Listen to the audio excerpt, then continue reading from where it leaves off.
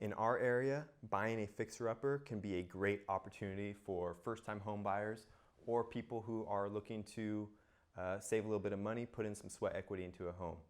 You know, when you're buying a fixer-upper, you have the ability to fix it up how you want. You pick the finishes you want in your house, you pick the colors you want, so you can really customize these houses and make them look like brand new houses. The other big benefit is that you can build up a lot of equity pretty quick. You know, you buy what's called a wedge deal. You buy under market value, you put in some upgrades, and now you've raised your equity quite a bit right away. But with good opportunity also comes risk. And today, that's what I want to talk to you about. I want to talk about 3 things to look out for when buying a fixer-upper. My name is Christian Thiessen. I'm with Hubbell Real Estate Group. Stick around.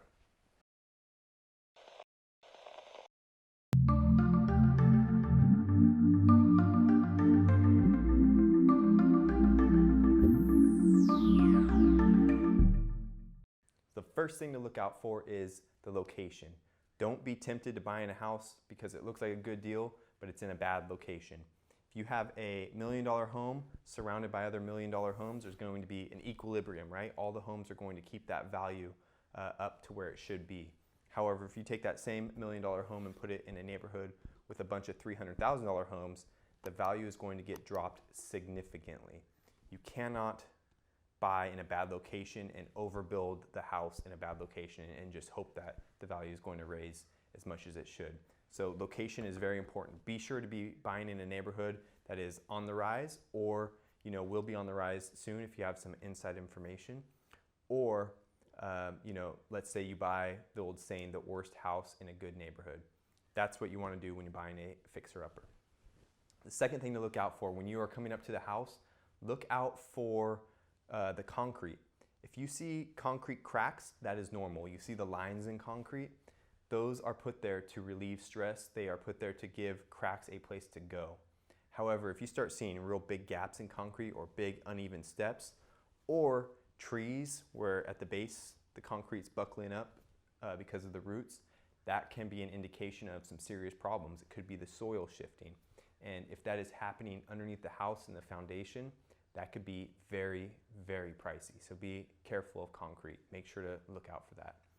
The next thing to look out for is sloping ceilings, especially in older houses, or sloping floors. Again, this can be a structural issue, and structural problems can get very, very expensive. The third thing to look out for, this is going to be an interesting one because it can be a blessing or a curse, and that is mold. Look out for indications of mold.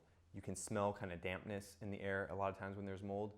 And mold can be an interesting one because it can be very good. It can drive away a lot of buyers, and maybe it's not a serious problem. Maybe there's a small leak in a pipe in the attic that once that leak is fixed, the drywall is replaced, that mold completely goes away. Or it can be a much bigger issue where it's very pervasive throughout the house, and that could get very pricey. So it's important with mold to talk to an expert to figure out exactly how much it's going to be to fix it. Again, it's a turnoff for a lot of buyers, so it might be a good opportunity to save some money to get in at a good deal. The last one, little bonus, is going to be another smell-related one, and that is offensive smells like cat pee, cigarette smoke. I follow an investor who loves the smell of cat pee. He says that cat pee to him smells like money, and that is because it is very, very easy to fix.